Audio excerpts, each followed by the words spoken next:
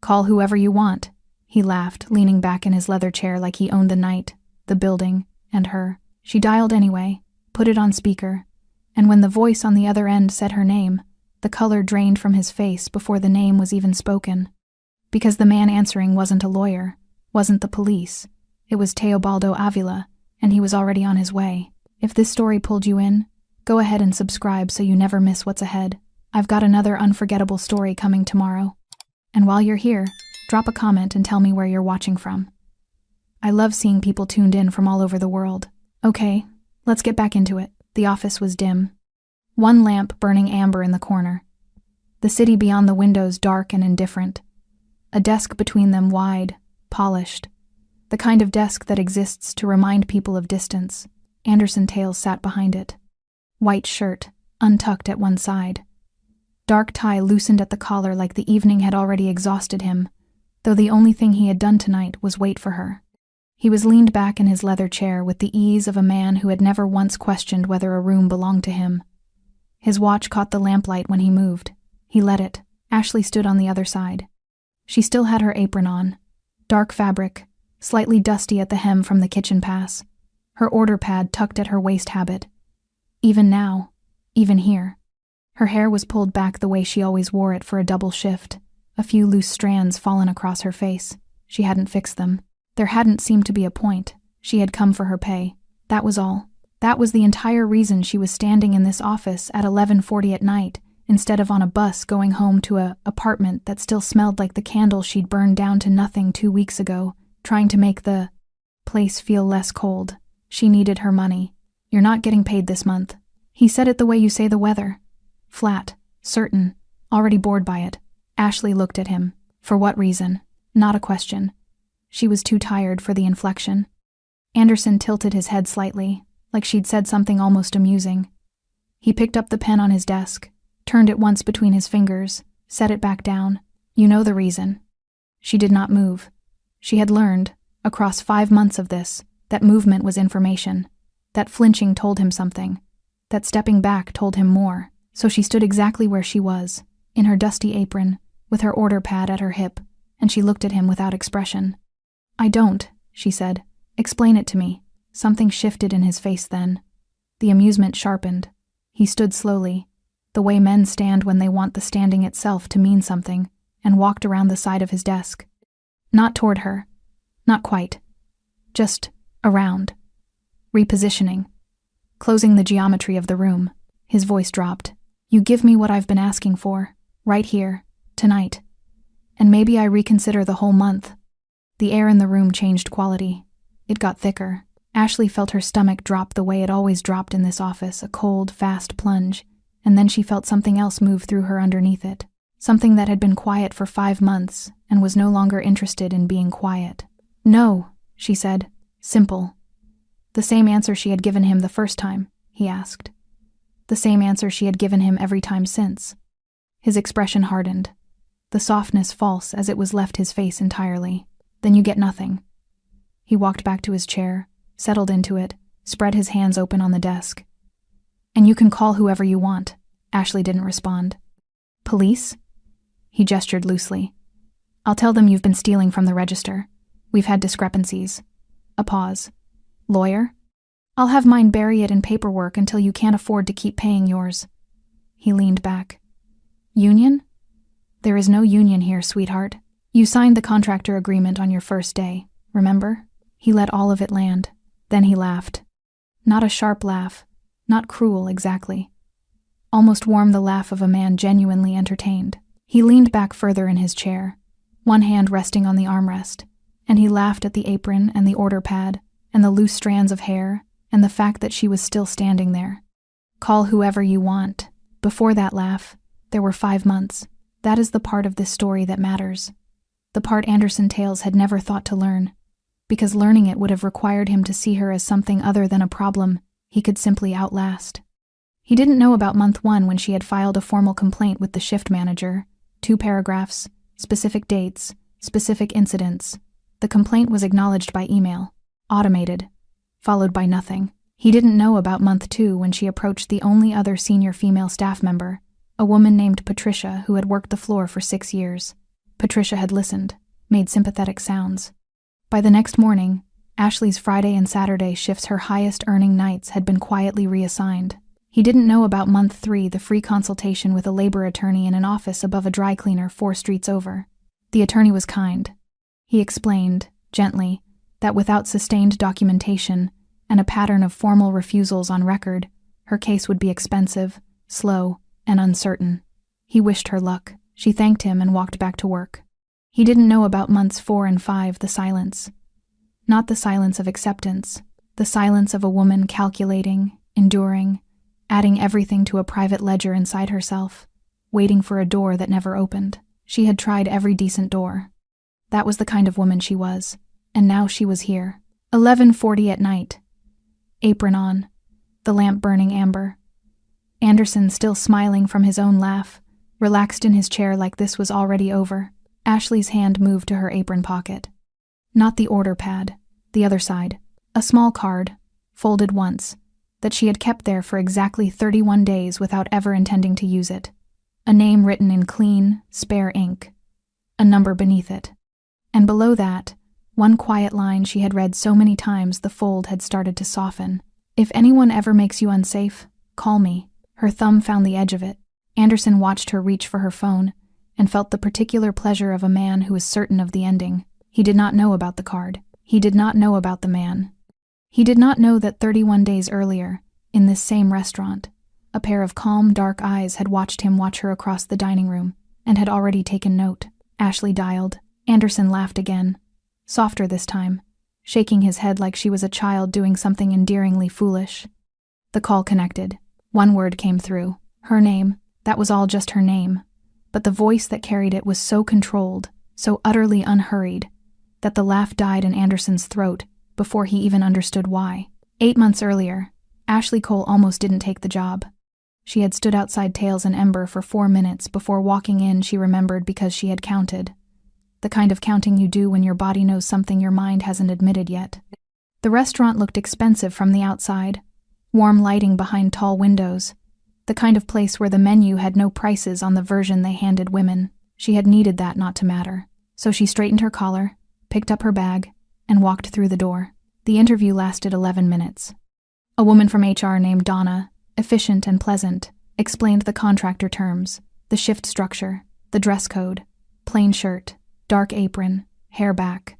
She slid the paperwork across, and Ashley signed where indicated without asking too many questions, because she had learned, by then, that asking too many questions in an interview was how you lost jobs you needed.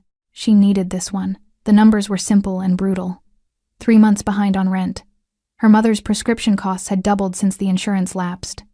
Her younger sister, Renee, was in her 2nd year of community college on a schedule that only worked if Ashley kept covering the gap.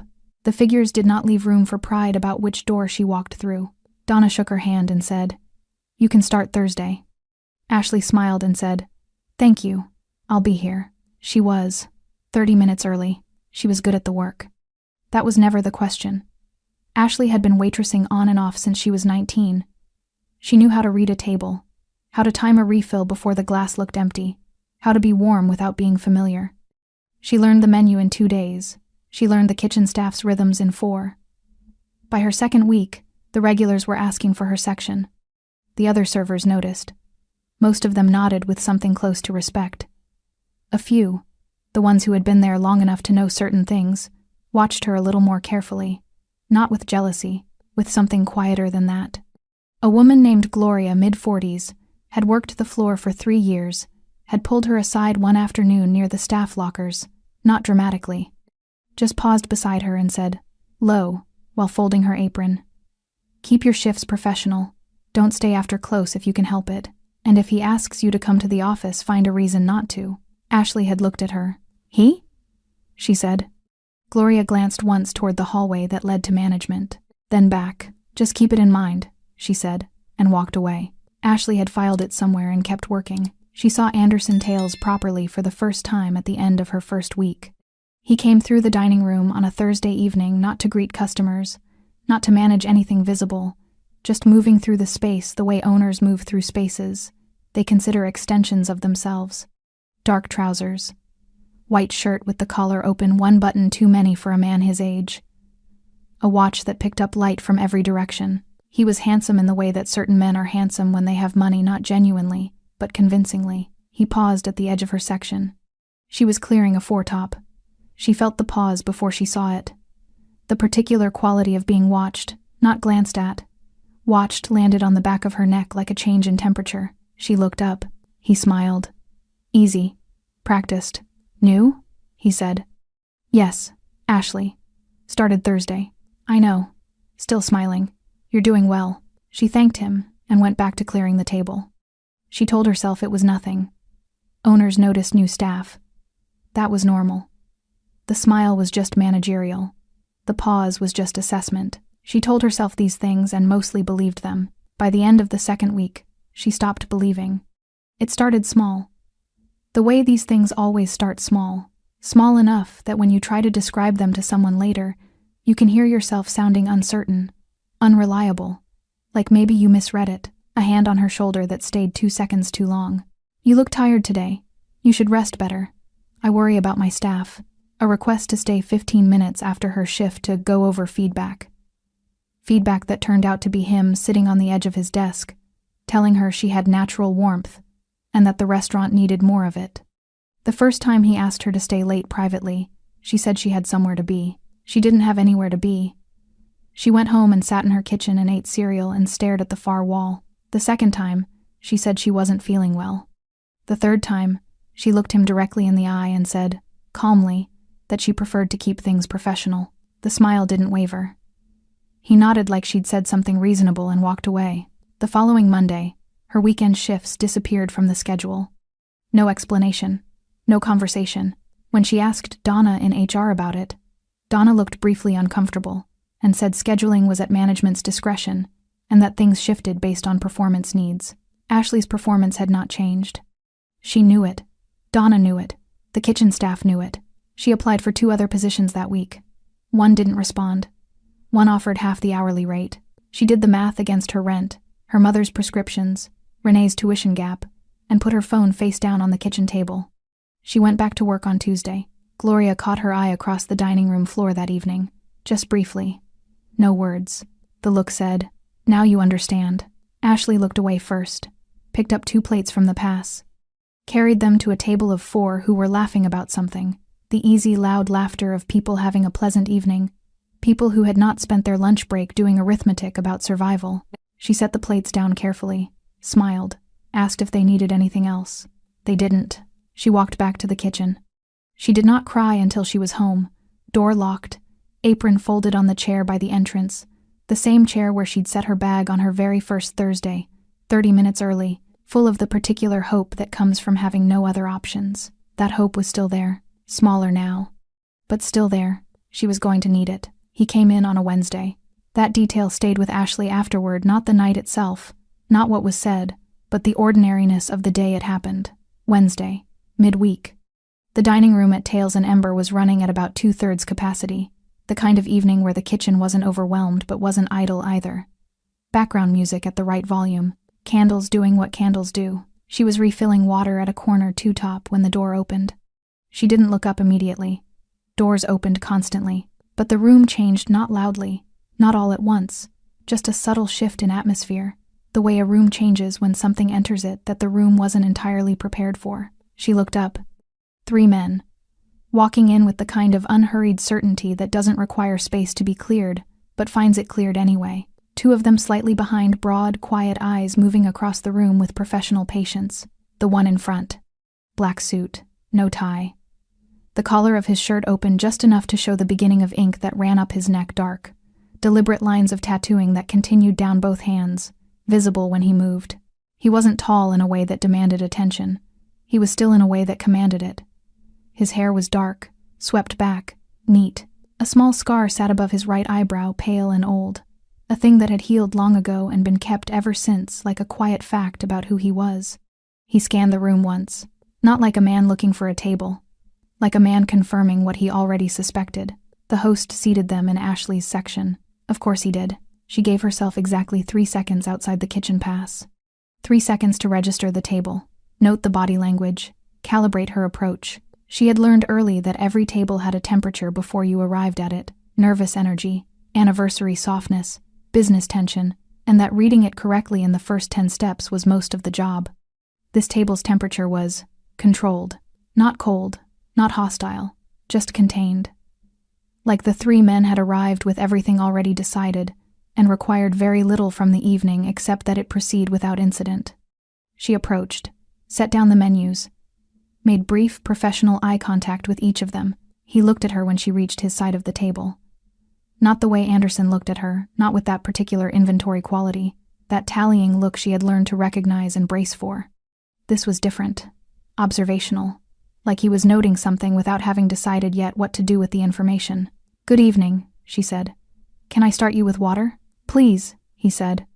His voice was low, unhurried, the single word carrying enough weight that she felt the 2 men beside him marginally relax at the sound of it. She took their drink orders and left. She served their table the way she served every table, professionally, attentively, without excess warmth or manufactured familiarity. The 2 associates ordered efficiently. He ordered simply steak, medium, nothing added or modified, the order of a man who decided what he wanted and did not second-guess it. He didn't speak much during the meal. The associates talked quietly between themselves, low conversation she didn't try to hear. He listened more than he spoke, ate without looking at his phone. When she came to refill his water a second time, he said thank you without being prompted, which she noted because it was rarer than it should have been in a restaurant at this price point. It was a quiet table, good table, the kind you were grateful for on a Wednesday. She was clearing the adjacent section when it happened. She hadn't slept properly the night before. Her mother had called twice. The pharmacy had flagged a problem with the refill, something administrative, something that needed to be resolved before the weekend. Ashley had been on hold for 40 minutes before the line disconnected. She had called back, been put on hold again, eventually gotten through to someone who told her it would be sorted by Friday. Maybe. She had gone to bed at 1 a.m. with a headache behind her eyes that the sleep hadn't entirely cleared. She'd been holding the remains of it all shift behind her professionalism, behind her careful warmth, behind the smile she had become expert at maintaining. She thought it was invisible. It wasn't. She was reaching across to collect a side plate when she heard his voice, quiet, directed, close enough that it was clearly intended for her. "Why are you crying?" She straightened immediately, touched the corner of her eye with one finger. She hadn't even felt it start, just one. Just the pressure of the evening finding the one small gap in her composure. She looked at him. He was watching her with an expression she hadn't seen on a customer before. Not pity, not discomfort, not the particular awkwardness of someone who had noticed something inconvenient and wished they hadn't. Just attention. Genuine, unhurried attention. Like her answer actually mattered to him. "Family issue," she said, smiled. "I'll be fine." He held her gaze for a moment. Not pressing, not pulling at the answer to see if it would unravel. He simply nodded. "All right," he said, and went back to his coffee. She brought the bill 20 minutes later, processed the card, returned with the receipt. When she collected the folder from the table after they left, she found the tip first generous, set in cash beside the receipt, more than the bill warranted.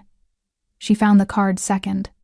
Small, cream-colored, heavy stock, just a name and a number, nothing else, no title, no company, no explanation of who he was, or what he did, or why any of it should matter to her, just the name. And below the number, written in pen not printed, written in handwriting that was careful and unhurried like everything else about him. "If anyone ever makes you unsafe, call me." She stood at that table for a moment longer than she needed to. Around her, the restaurant continued its Wednesday evening. Glasses refilling, cutlery landing softly. Somewhere behind her, Anderson's office door was closed, the way it was always closed at this hour. She folded the card once, slipped it into the pocket of her apron, the left side, opposite the order pad. She told herself she would throw it away when she got home. She didn't throw it away. She didn't know yet why she couldn't. But somewhere underneath the exhaustion and the headache and the weight of the month's arithmetic, something in her had recognized something in those calm, dark eyes. Not safety, exactly. Something older than safety. The knowledge that certain people exist in the world who make predators recalculate. She went back to work. The card stayed in the apron. Then it moved to her bag. Then, the following morning, to the pocket of the next apron. Every shift after that, for 31 days. It didn't happen all at once. That was the thing about Anderson's particular kind of cruelty. It was patient, architectural, built slowly enough that each new piece could be explained away individually, dismissed as coincidence or policy or her own misreading of the situation. It was designed to make her doubt the pattern even as she was living inside it. And for a while, it worked. Month 3 began with the payslip. Ashley opened it on a Tuesday evening at her kitchen table, under the single overhead light that flickered slightly when the refrigerator cycled on. She read the figure twice, then a third time, with her finger tracing the line. $40 short. There was a note in the deduction column. 2 words. Service penalty. She had never received a service penalty before. She had never been told what a service penalty was, what triggered it, or how it was calculated.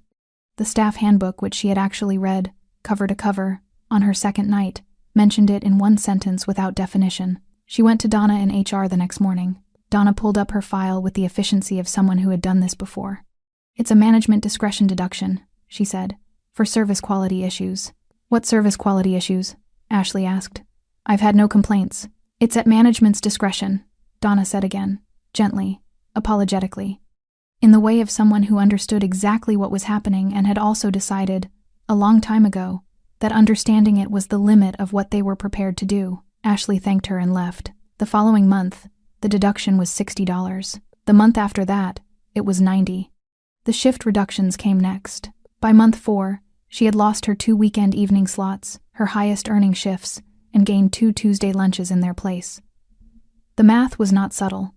Weekend evenings at Tails and Ember meant business clientele, larger tables, longer sittings, generous tips from people loosened by good wine and good moods. Tuesday lunches meant quick turnovers, modest bills, and the particular frugality of people spending their own money rather than their company's. Her monthly take-home dropped by nearly a third. She adjusted.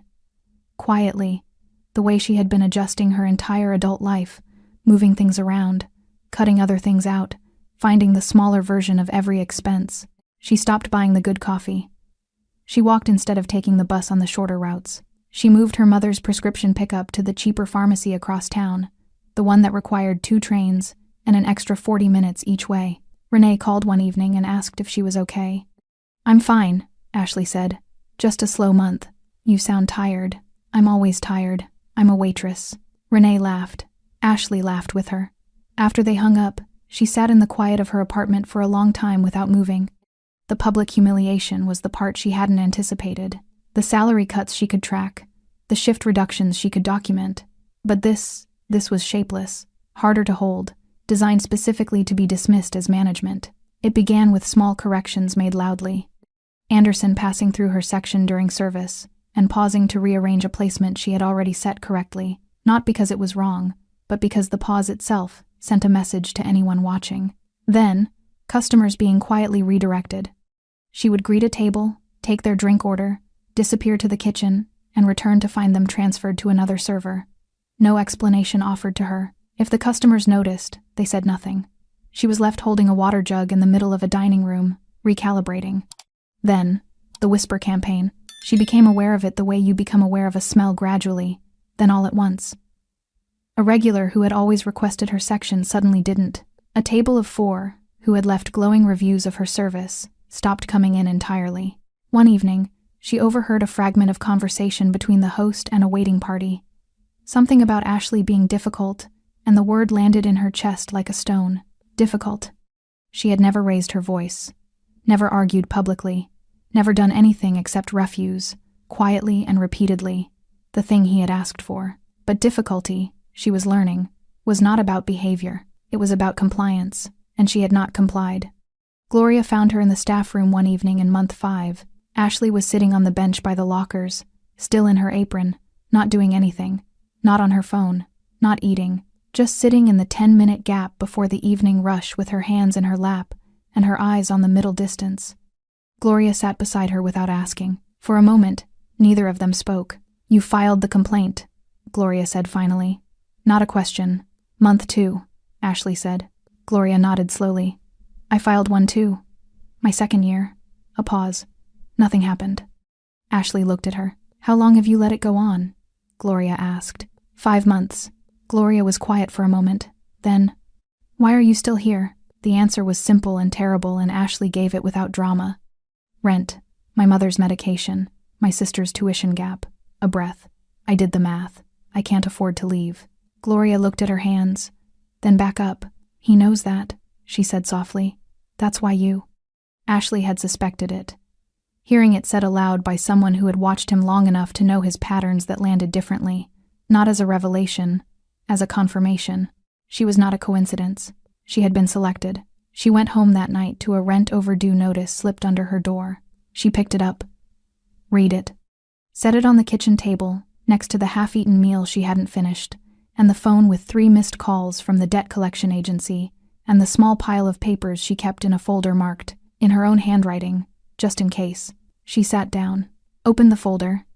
Inside, near the back, behind the payslips with their growing deductions, was a small cream-colored card, folded once. She didn't take it out. She just knew it was there. She closed the folder, turned off the kitchen light, and told herself, for the 23rd time, that she wasn't going to use it. She was still telling herself that when she fell asleep, the shift ended at 11. Ashley knew something was different by 9. It wasn't anything she could point to specifically. Not a word said. Not a look held too long. Just a texture in the evening that felt wrong. Anderson had been in the dining room more than usual, moving through it with a kind of patient deliberateness, checking things that didn't need checking. Twice she felt his eyes on her from across the room. Twice she looked up and found him already looking away. By 10:30, the dining room was nearly empty. The kitchen was winding down. The other servers were cashing out their sections, collecting their things, saying quiet goodnights to each other, the normal sounds of an evening closing. She was wiping down her last table when Donna appeared at her elbow. "Anderson wants to see you before you leave," Donna said, not meeting her eyes. "About your pay." Ashley's hands stopped moving on the table. She looked at Donna. Donna looked at the floor. "Okay," Ashley said. She stood outside his office door for a moment before knocking. The hallway back here was different from the dining room. No warm lighting, no background music, no careful atmosphere management. Just a corridor with overhead fluorescents and the ambient sound of the kitchen extractors winding down. A fire exit at the far end with a small red sign above it. She noted the fire exit the way you note things when some quiet part of you is already preparing. She knocked. "Come in." The office was dim. One lamp burning in the corner amber, warm, at odds with everything about the moment. His desk dominated the center of the room. Wide, dark wood, the kind of desk purchased to establish something about its owner before a single word is spoken. Anderson was seated behind it, white shirt, untucked at the side, tie loosened, leaned back in his chair with the particular relaxation of a man who has been waiting and found the waiting easy. His watch caught the lamplight. He let it. He didn't stand when she entered. "Close the door," he said. She closed it. Left her hand on the handle for 1 extra second, not pulling it back open, just maintaining the contact. Then she let go and turned to face him. "Donna said this was about my pay," she said. "It is." He gestured at the chair across the desk. "Sit." She didn't sit. Something moved across his face, small, quickly controlled. He nodded once, like her standing was a minor inconvenience he had already accounted for. "You're not getting paid this month," he said. The words arrived without preamble. Clean and flat, dropped into the room like something he'd been holding all evening and was finally setting down. Ashley kept her face exactly where it was. "For what reason?" she said. "Accumulated service penalties. I've never received a formal warning. Not one. The deductions are the warning. That's not how warnings work." He tilted his head. That almost amused angle. Ashley. Her name in his mouth like something he owned. "We've been having this slow conversation for 5 months now. I think you know what this is about." She said nothing. He stood. Not fast. Deliberately. The standing of a man who understood that verticality was a statement. He walked around the side of his desk, not toward her, not directly, just repositioning the way he always repositioned, adjusting the geometry of the room until it suited him. His voice dropped to something almost gentle. "You're a good server. Genuinely. The customers like you. I like you." A pause. "This doesn't have to be difficult." "It isn't difficult," she said. "I'd like my pay." The gentleness evaporated. "You give me what I've been asking for," he said quietly. "Right here. Tonight. And I reconsider the entire month. Maybe even the back months." The room contracted. Ashley felt her stomach drop that cold, familiar plunge, and beneath it, something else. Something that had been accumulating across 5 months of payslip deductions, and stolen shifts, and whispered words to customers, and HR non-answers and corridors with flickering lights. Something that had been quietly filling up like a cistern, patient and dark, waiting for the moment it had nowhere left to go. "No," she said. One word. The same word she had given him every time before. But something in it was different now, not louder, not harder, just final. In a way it hadn't quite been previously, the sound of a door closing on a room she was never going back to. His expression didn't just harden. It emptied. He walked back to his chair, settled into it, spread his hands flat on the desk in front of him like he was smoothing something out. "Then you get nothing." His voice was almost bored. "And you can call whoever you want." She looked at him. "Police?" He leaned back. "Tell them you've been stealing from inventory. We've had it documented for 2 months in case." A pause for effect. "Lawyer? I'll have mine tie it up until you can't pay yours anymore. Which, given your current financial situation, shouldn't take long." He said it without cruelty. "That was the worst part," he said it clinically. "The way you read from a spreadsheet. Union? You signed a contractor agreement. You remember that." He let every exit close in sequence. Then he laughed. Warm. Almost fond. Leaned back in his chair with one hand resting on the armrest and laughed at the apron and the order pad, and the woman in front of him, who had tried every decent door, and run out of doors. "Call whoever you want, sweetheart." He thought she had no one. Her hand moved to her apron pocket. Not the order pad side, the other side. 31 days she had carried the card without using it. 31 days of telling herself she didn't want to involve him, didn't want to owe anyone, didn't want to reach for a hand that came attached to a world she had deliberately kept herself away from. 31 days. Her fingers found the edge of the card. The card found her fingers. Anderson was still smiling when she pulled out her phone. He watched with the relaxed curiosity of a man watching someone do something he considers pointless.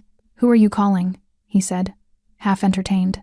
She didn't answer. She unfolded the card, dialed the number, put the phone to her ear. Anderson leaned forward slightly, elbows on the desk, still smiling, waiting for whoever was about to tell her they couldn't help her. The line rang twice. Then it connected. And the voice that came through low, unhurried, carrying its own particular weight across the silence of the room, said one word, her name, just her name. But the way it arrived calm, immediate, certain made Anderson's smile do something it had never done before in this office. It faltered. The room held its breath. Ashley held hers. On the other end of the line, 1 ring, 2, and then the connection opened, with the quiet certainty of a door that had been expecting to be knocked on. Not voicemail, not a groggy pause, just immediate, clean presence. Ashley, her name, just her name. But it arrived the way very few words ever arrive with the full weight of someone who meant it, who had, in some quiet way she didn't entirely understand, been waiting for it. She exhaled once, steadied herself. "I'm sorry to call this late," she said. "Don't apologize." A pause brief, assessing. What's happened? Not what's wrong. Not are you okay? What's happened? The question of a man who had already moved past the preamble and needed only the facts to begin. She glanced at Anderson. He was leaned forward now, elbows on the desk, the smile still present but reconfigured, less certain of itself, recalculating. He thought he knew what this was. A friend, a relative, someone who would listen sympathetically and be entirely unable to do anything. He was still comfortable. She kept her voice level. "My employer has refused to pay me," she said. "He says unless I..." She paused, choosing the words carefully. "Unless I give him something I've refused to give him. For 5 months." Silence on the line.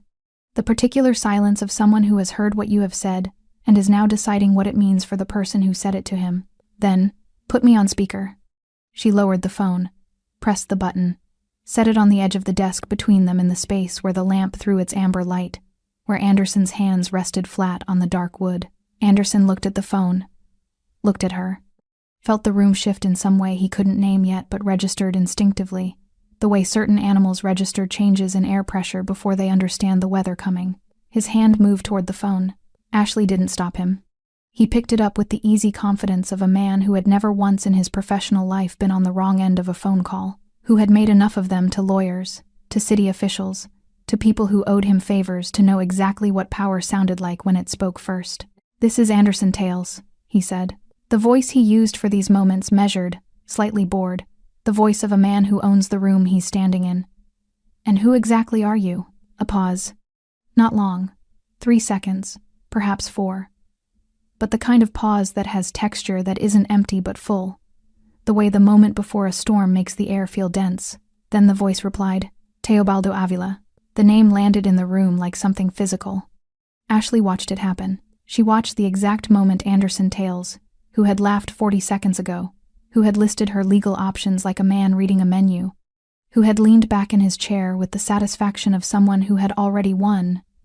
She watched the moment he heard that name and felt the world reorganize itself around him. It wasn't dramatic. That was the thing. It would have been almost imperceptible to anyone who didn't know what to look for. A slight change in the set of his jaw, a fractional stillness in his hands, his eyes moving just briefly, just once to the office door behind her, as though checking the distance. The color in his face didn't drain all at once. It left quietly, like a tide going out. Anderson knew that name. Ashley understood this in real time, watching his face do its careful, failing work of composure. She didn't know yet the full architecture of what that name meant in the city's particular hierarchy, the legitimate businesses above, and the other structures beneath. The men who moved through both worlds with the fluency of someone born in the space between them. She didn't know the specifics, but she knew what she was watching. She was watching a man who had spent 5 months making her feel like she had no one discover that she had someone he had not accounted for. Anderson's mouth opened, closed. He set the phone back on the desk with a care he hadn't bothered to use when he'd picked it up. On the speaker, the line was still open, still breathing. Anderson started, stopped, reconfigured. "There's been a misunderstanding here. This is a private employment matter." "I'm not talking to you," Teobaldo said. Simple, not hostile. Just a statement of fact, clean as a line drawn in clean ink. A beat of silence, then, directed at Ashley. "Tell me the amount he owes you." She had done this math so many times the numbers came without effort. 5 months of deductions, she said. 40, 60, 90, 90, 110. Plus this month's full salary withheld. "And what is your monthly salary?" she told him. She heard nothing on the line for a moment. Just the ambient sound of wherever he was, a room, quiet, somewhere in the city, the low background texture of a night that had been going differently before this call arrived. "Is he in front of you now?" Teobaldo asked. "Yes." "Is the door closed?" "Yes." Another pause. When he spoke again, his voice was exactly the same temperature it had been from the first word, controlled, unhurried, carrying its weight without raising itself. "I'm on my way." 3 words. The call ended. The office held the silence of those 3 words for a long moment. Ashley picked up the phone from the desk, slipped it into her apron pocket, straightened. Anderson was still standing behind his desk. He hadn't moved since he'd set the phone down. His hands were still flat on the dark wood, and she could see now, for the first time across 5 months of this, that they were not entirely steady. He opened his mouth. She spoke first. "You should probably call your lawyer," she said quietly. "You said it would take time. You might want to start now." Anderson said nothing. She moved to the chair beside the door, not leaving, just repositioning, and sat down to wait. For the first time in 5 months, she was the one who was comfortable in this room, and Anderson Tales' loosened tie, expensive watch, leather chair stood behind his desk in the amber lamplight and understood, with the particular clarity of a man who has just heard 3 words spoken in a certain voice, that the ending he had been certain of 20 minutes ago was no longer the ending. Something was coming, and there was nothing left to do but wait for it. The clock on Anderson's office wall read 11:52. Ashley knew because she looked at it when she sat down. Then she stopped looking at it, because watching a clock in a room like this with a man like him standing behind his desk doing his quiet, failing work of composure felt like giving something away. She looked at her hands instead. They had stopped trembling somewhere between the end of the call and now. She wasn't sure exactly when, just noticed at some point that they were still, folded in her lap, the phone a solid weight in her apron pocket. Her breathing had steadied too, not because she wasn't afraid she was, in some low background way, the way you're afraid before something large and irreversible, but because the fear had found its proper size. It wasn't bigger than her anymore. That was new. Anderson moved first. He walked to the window behind his desk, not to look at anything specific, just to put distance between himself and the center of the room. He stood with his back to her for a moment, hands in his pockets, looking out at the city lights below. The city that had, until approximately 8 minutes ago, been a place where he understood exactly where he stood. He turned back around. "You don't know what you've done," he said. His voice was different now. The boardroom quality was gone, that measured, slightly bored authority he wore like the watch. What was underneath it was something she hadn't seen from him before. Not quite fear. Something adjacent. The particular unease of a man who has spent years operating in spaces where he controlled the information and has suddenly discovered that someone else has been holding information he didn't know existed. Ashley looked at him calmly. "I made a phone call," she said. "You told me to." He started to say something, stopped, walked back to his desk, picked up his own phone, dialed, held it to his ear, waited. Whoever he was calling didn't answer. He set the phone face down on the desk and didn't try again. Outside the office, the restaurant was finishing its close. Ashley could hear it through the door, the particular sounds of an evening ending. Chairs being lifted onto tables. The kitchen extractor fans cycling off one by one. The low conversation of the closing staff, relaxed and ordinary, the sounds of people who thought the night was almost over. She wondered briefly what they would make of the next 20 minutes. At 11:58, something changed in the corridor. She felt it before she heard it. A subtle shift in the ambient noise of the building, the way a crowd shifts when it becomes collectively aware of something without having been told. Voices dropping. Movement slowing. The particular hush of people who have noticed something and are deciding, all at once, whether to look. Then footsteps. The host's voice surprised, professionally attempting to manage the surprise. Then nothing.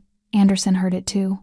He straightened behind his desk, adjusted his tie the first time all evening he'd touched it, and the gesture was so instinctive, so automatic, that she didn't think he was aware he'd done it. He squared his shoulders, reset his expression into something approaching authority.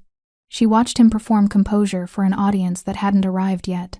Through the office door, muffled but unmistakable, the sound of the restaurant's front entrance opening. Not the soft pneumatic sigh it made during service when customers arrived in ones and twos. Something different. A more deliberate opening.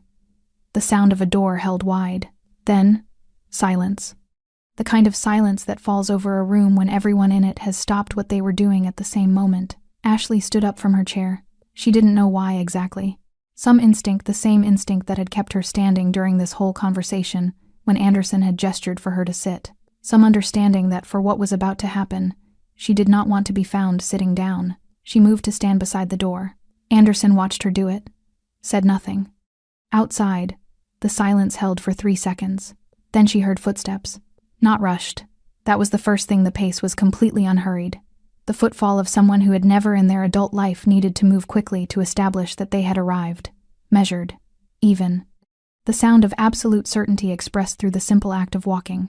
2 sets of footsteps behind the first. Slightly heavier, slightly wider apart. The staff in the dining room, she could imagine them. Could picture Gloria by the server station, cloth in hand, motionless. The kitchen porter who always propped the pass door open at close, watching through the gap. The host at the front, having already run out of professional responses to whatever he had just witnessed pull up outside. She had been in this restaurant for 8 months. She had carried things in this building: plates, glasses, trays, the accumulated weight of 5 months of deliberate punishment, and she had carried all of it without letting it show, without asking for help, without making it anyone else's problem. Because making it anyone else's problem required a trust she had stopped extending to people she couldn't afford to be wrong about. She had been wrong to carry it alone. She understood that now. Standing beside the door of this amber-lit office, while a man she had given a single card to 31 days ago walked through her place of work, with the particular unhurry of someone who had decided, before he left wherever he had been tonight, exactly how this was going to go. She had not wanted to call him. That was still true. But standing here steadier than she had been in months, the trembling gone. Her breathing, even she understood something about that reluctance that she hadn't quite seen clearly before. She hadn't wanted to call him because calling him meant admitting the size of what had been done to her. Meant letting someone see the full shape of it. Meant accepting that endurance alone was not going to be enough. She had been confusing dignity with silence. They were not the same thing. The footsteps stopped outside the office door. Anderson straightened one final time, lifted his chin, arranged his face into the expression of a man who was in control of his own building.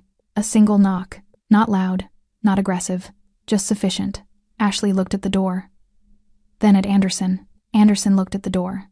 His hand, the one resting on the desk, the one with the expensive watch, was not steady. The handle moved. The door opened slowly, not dramatically, not thrown wide, just opened with the same unhurried certainty that had characterized every footstep in the corridor, and then he was there. Teobaldo Avila, black suit, no tie, the collar of his shirt open at the throat, the ink of his tattoos visible along his neck and running down both hands, dark and deliberate against his skin. His hair was swept back, the small scar above his right eyebrow pale in the lamplight. His eyes moved across the room in one clean sweep, taking in the desk, the lamp, Anderson behind it, Ashley beside the door, and then settled. He didn't fill the doorway the way large men fill doorways. He simply made it clear, without any particular effort, that the doorway now belonged to him. 2 men behind him, broad, quiet, standing slightly back, not threatening, not posturing, just present in the way that certain men are present when their presence itself is the message. Teobaldo stepped inside. His eyes found Ashley first. Not Anderson, not the desk, not the room. Are you hurt? He said. The question was so direct, so absent of any performance, that it took her a half-second to process it. Not, "Are you okay?" the reflexive question people ask when they mean something vaguer. Are you hurt?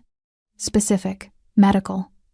The question of someone who needed accurate information before proceeding. "No," she said. He nodded once. Then, and only then, he looked at Anderson. Anderson had prepared something.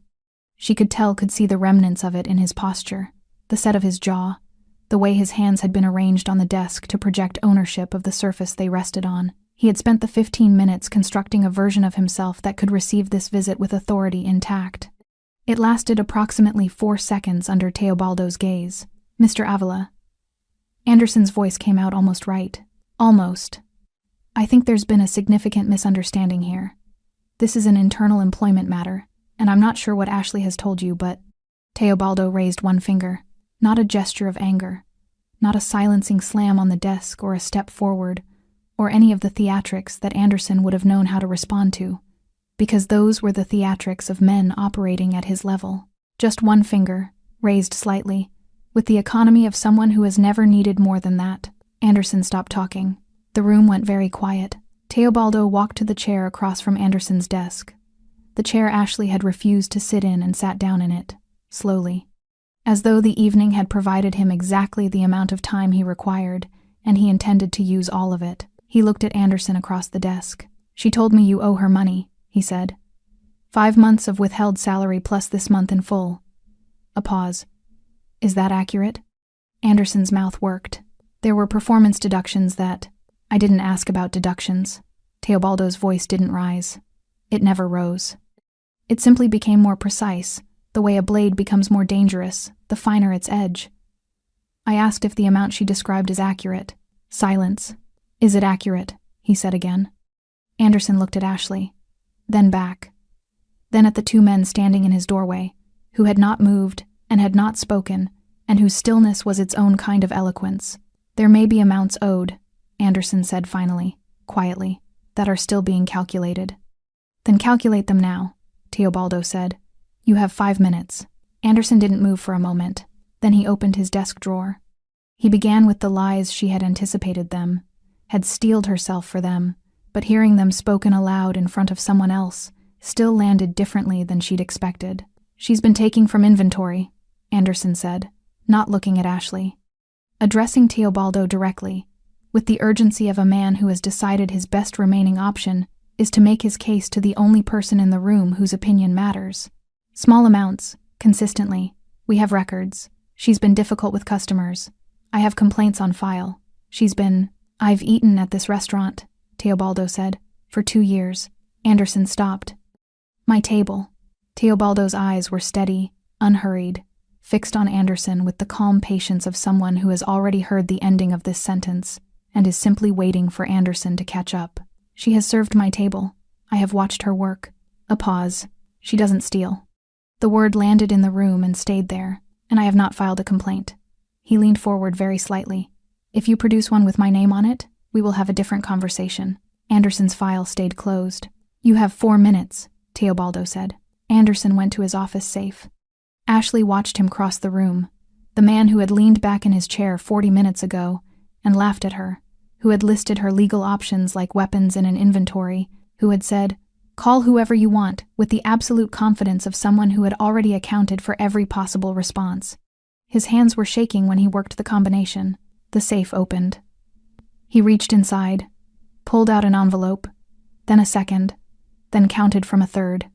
The room was so quiet that the sound of the counting was audible, the soft friction of bills being moved from one hand to another by fingers that couldn't quite hold their steadiness. He crossed back to the desk, set the envelope down. Teobaldo looked at it, then at Ashley.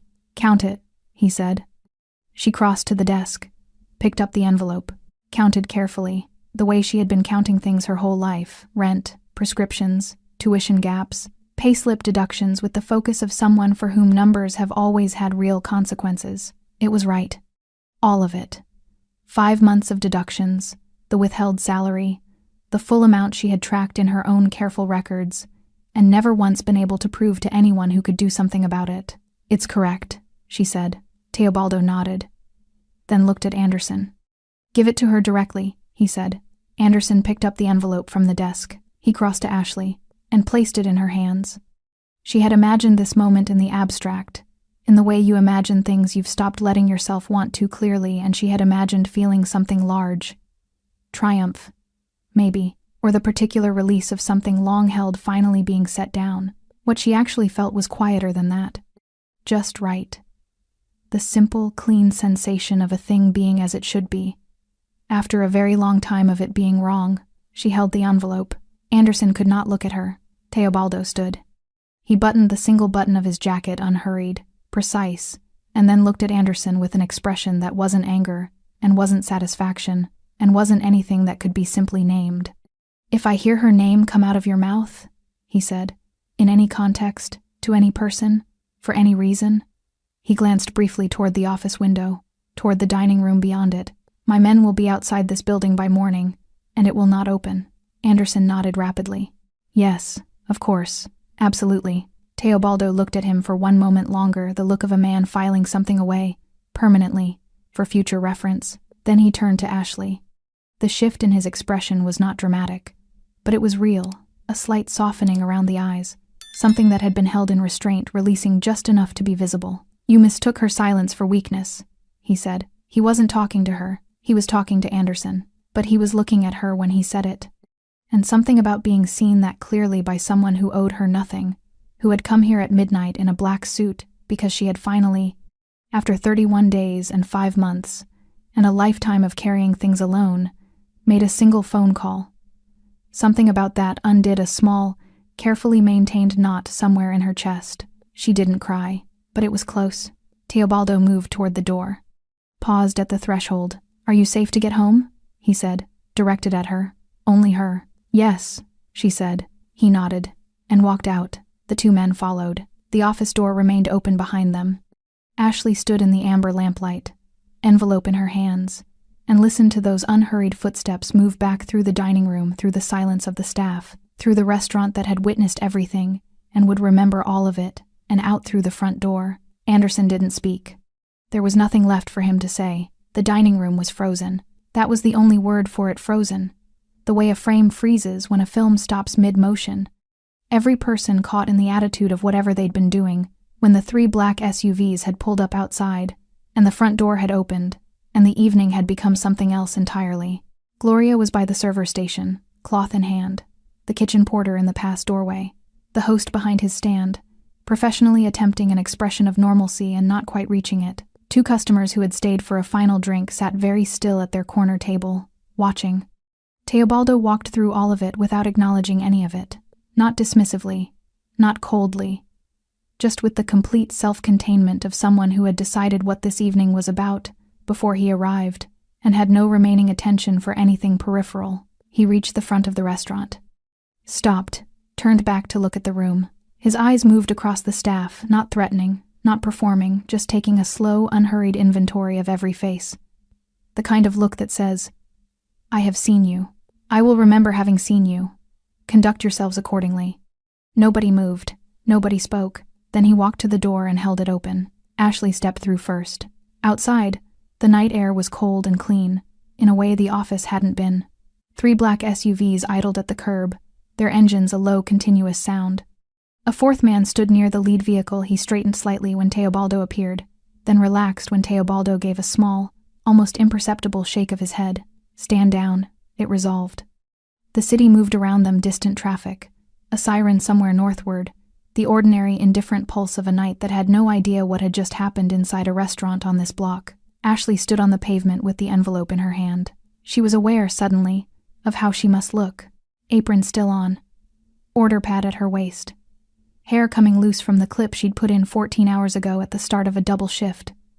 The worn edges of the workday visible on every surface of her. She didn't try to fix any of it. Teobaldo stood beside her, looking out at the street. The lamplight from the restaurant window caught the ink along his hands, the pale line of the scar above his eyebrow. In profile, his face was utterly still. "You should have called earlier," he said, quietly, no accusation in it. "I know," she said. A pause. "Why didn't you?" She thought about the honest answer, about the HR complaint, and the labor attorney, and the 4 phone calls and all the decent doors. About the arithmetic of survival that had kept her in that building 5 months past the point where leaving would have been the rational choice. About the particular pride of a woman who has been handling things alone for so long that asking for help feels like a structural failure rather than a human right. "I didn't want to owe anyone," she said. He was quiet for a moment. "You don't owe me anything," he said. She looked at him. "The card wasn't a transaction," he said. Simply, plainly. "It was a door. That's all." She looked back at the street, felt something shift in her chest. That knot again, the one that had come close to loosening in the office, and was now finishing the work. "He'll retaliate," she said. "When you're gone. When enough time passes and he recalculates." Teobaldo turned to look at her. "He won't." The certainty in his voice was not bravado. It wasn't the performed confidence of someone trying to reassure her. It was the flat, factual certainty of someone who understood the precise nature of the leverage in play and had no uncertainty about how it would hold. "He's a man who operates on the belief that he's the most dangerous thing in any room he walks into," Teobaldo said. "He was wrong about that tonight. He knows it now." A pause.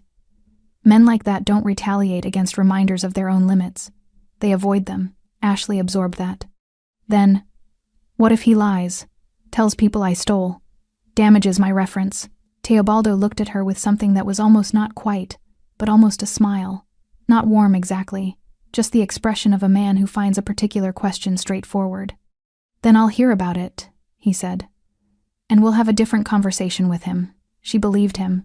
That was the thing, she believed him completely. Not because he had performed certainty, but because everything about him, from the first moment he had walked into her section to the moment he had sat across from Anderson's desk, had been consistent. What he said and what he did occupied the same space. There was no gap between them. She had met very few people like that in her life. "There's a position," he said after a moment, "in one of my properties, legitimate front-of-house management. The woman running it is leaving at the end of the month." He paused. "It pays correctly. The owner doesn't visit after hours." Ashley looked at him. "Why?" she said. "Because you're good at the work," he said. "And you deserve to do it somewhere that doesn't cost you something every shift." She was quiet.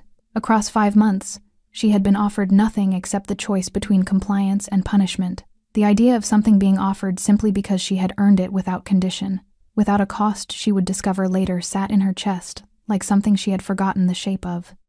"I'll think about it," she said. He nodded, as though that was exactly the right answer, as though he hadn't expected anything more immediate, and wouldn't have respected it if she'd given it.